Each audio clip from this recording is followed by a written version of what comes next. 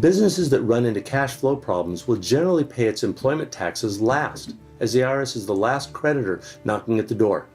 If a business fails to pay its employment taxes to the IRS will assess the trust fund recovery penalty, which imposes personal liability on owners, officers, directors, and employees.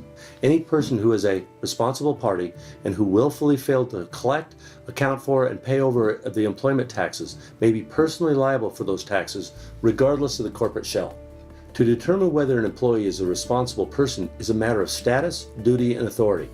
This tax law firm will show that workers performing ministerial acts without exercising independent judgment will not be deemed a responsible party. A corporate title without the authority to act does not make a person responsible. The IRS claims that shareholders, officers, directors, employees of a corporation, partners in a partnership, members of an LLC, and employees can be a responsible party. However, responsibility depends on the facts and circumstances.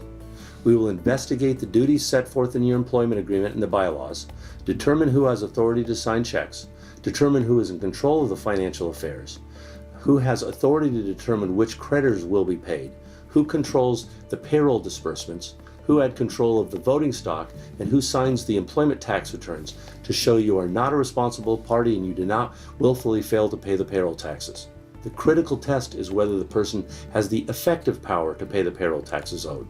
Willfulness indicates intentional, voluntary, or knowing conduct that is not accidental.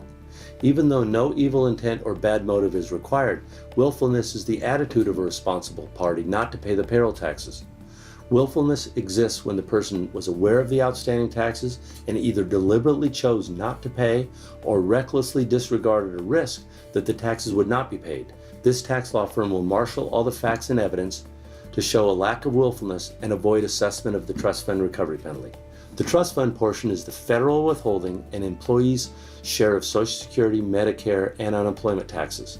The trust fund portion does not include the employer's matching portion or the penalties or interest. The trust fund recovery penalty can only be collected once. However, the IRS will try to allocate all payments to the non-trust fund portion. This tax law firm will show you how to designate any payments to the trust fund portion only.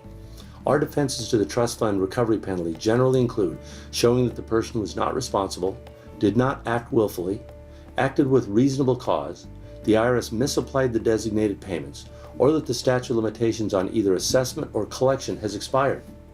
This tax law firm has been extremely successful in eliminating the trust fund recovery penalty in its entirety, or reducing the trust fund recovery penalty based on the facts and circumstances. Please call me at 858-481-4844 for a confidential call that's protected by the attorney-client privilege.